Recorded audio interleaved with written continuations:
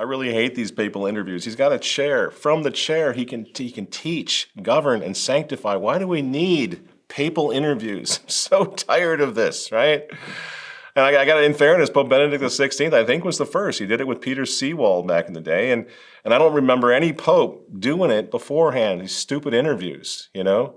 This is one tradition, the papal interview, that I wish we could just nix and be done with, because it always causes more trouble, right?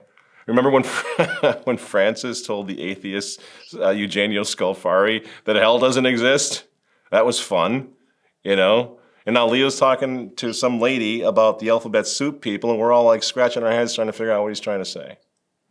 In an exclusive interview with the digital outlet Crux, Pope Leo XIV stated that his attitude towards LGBTQ Catholics will be one of welcome, but without changing the Church's doctrine.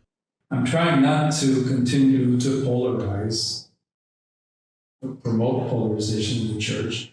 And I'm trying to say, is what Francis said very clearly when he would say, todos, todos, todos. Everyone's invited in. But I don't invite a person in because they are or are not of any specific identity. I invite a person in because he's a son or daughter of God. I think that the Church's teaching will continue as it is, and that's what I have to say about that for right now. Now, what's he mean? I think the Church's teaching will continue. I think I actually know what he means, right? I think it's sort of an insecure figure of speech, papal figure of speech, if you will, that comes with the spirit of Vatican II, because we are a welcoming church, right? They don't know how to talk. They don't know how to assert. Leo actually does a better job than most of them, but they still, it's like their hands are tied, you know, by this speech and this welcoming attitude, you know. Or maybe Leo's trying to beat the media at their own game, because remember, he was the one that told the bishops of this country back in 2012, look out for the media at what they do with Catholic moral teaching. You remember this?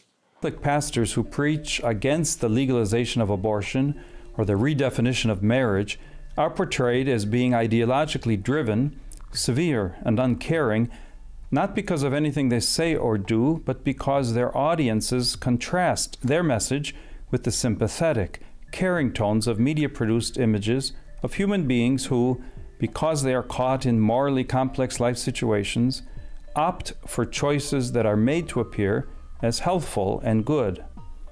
Note, for example, how alternative families comprised of same-sex partners and their adopted children are so benignly and sympathetically portrayed in television programs and cinema today. Now there's Father Robert Prevost. I agree with every word of it. Don't you?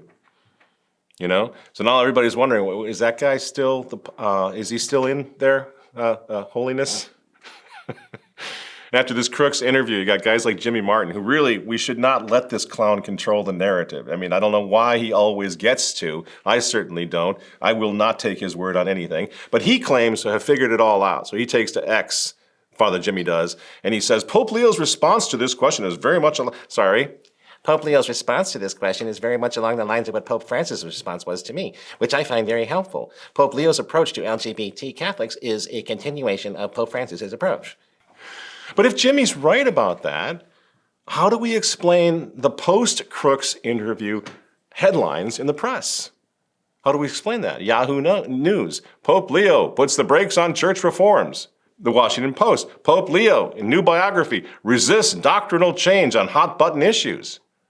Rome reports, Pope Leo, the doctrine on LGBT people is not going to change. The Catholic Herald, Pope Leo on LGBT, all are welcome, but church teaching will continue as it is. The AFP, Pope Leo XIV sought to reassure Catholics in his first interview that he would not change key doctrine on gay marriage and women deacons. Huh. Well, that's interesting. That's how the world reacted to that. Sorry, Father Jimmy, but your take on this is not going to go over big with the ladies on The View, for example. It's not what they saw. And we got to understand this, because you got Father Jimmy Martin types, you got some Sedevacantists types who want to spin everything Leo does in the worst possible light, the most anti-Catholic light possible, right? But here's how, obviously, looking at those headlines, here's how the world saw Pope Leo's remarks during the Crooks interview. The Western world is fixated, obsessed with sexuality. I'm trying not to continue to polarize, promote polarization in the church. I think that the church's teaching will continue as it is. It's very important. Families need to be supported. They call it the traditional family. The family is father and mother, children. So that's what they saw. But that doesn't change the fact that there was a lot of hemming and hawing, and in my opinion, and hopefully, and maybe, that was also part of the interview. And this is my point.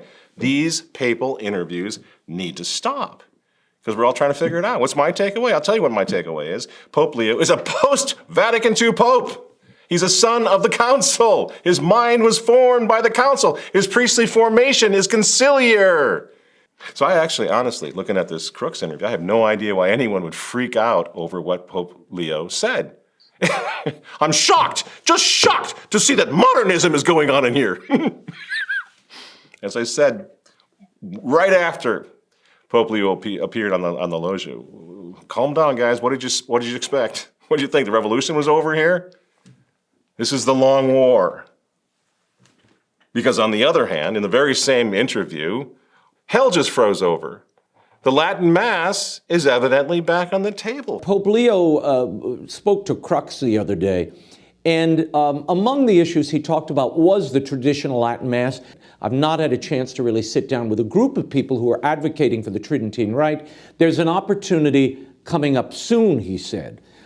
Your Eminence, I know you'll be part of a pilgrimage celebrating the traditional Latin Mass on October 25th at St. Peter's Basilica.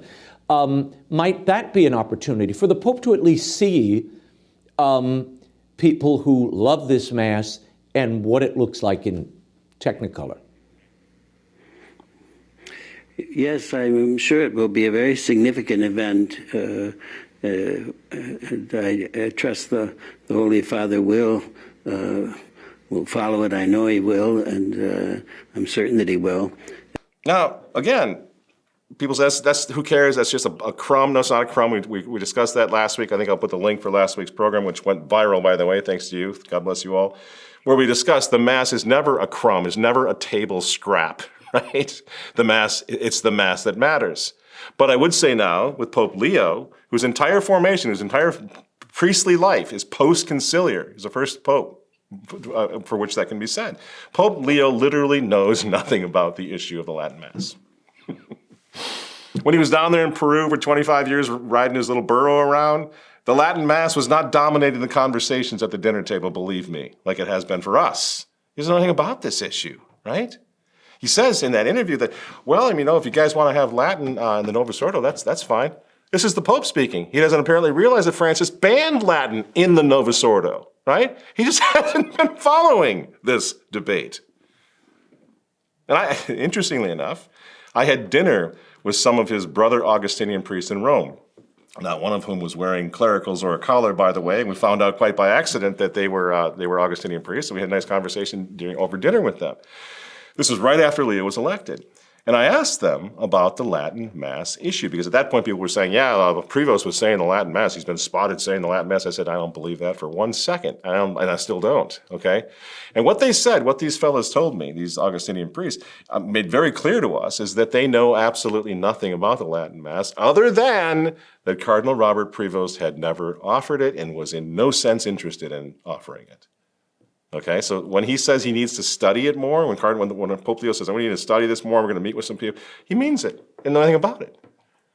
On the other hand, if we have another hand, if Pope Leo is Francis II, Francis 2.0, then answer me this. Why wouldn't he just remind the Crooks lady that Traditionis Custodes has already happened and just say, Roma locuta est causa finita est. Rome has spoken, the matter is settled. That's all he had to do if he's Francis II.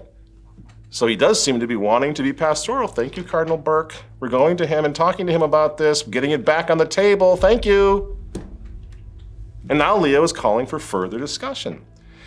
And by the way, he tells Cardinal Raymond Burke that he can offer the traditional Latin Mass again in St. Peter's Basilica. And can you hear that sound, friends? That's Francis turning in his grave. So what do? We do what we've always done. We hold the Catholic ground. We do not lose hope. We hold the Catholic ground, even when the shepherds do not. Pope Leo is not an evil man, but he surely is a conciliar pope. Is he a lost cause? Maybe, maybe not. It all depends on whether or not Father Robert Prevost is still in there, the priest who blasted the homosexual agenda. Pray to God, friends, that Peter's faith will not fail him, even still. If it does, then we resist him to his face. If it does not, we will defend him to the death. God help us. It's up to him. And the clock is ticking.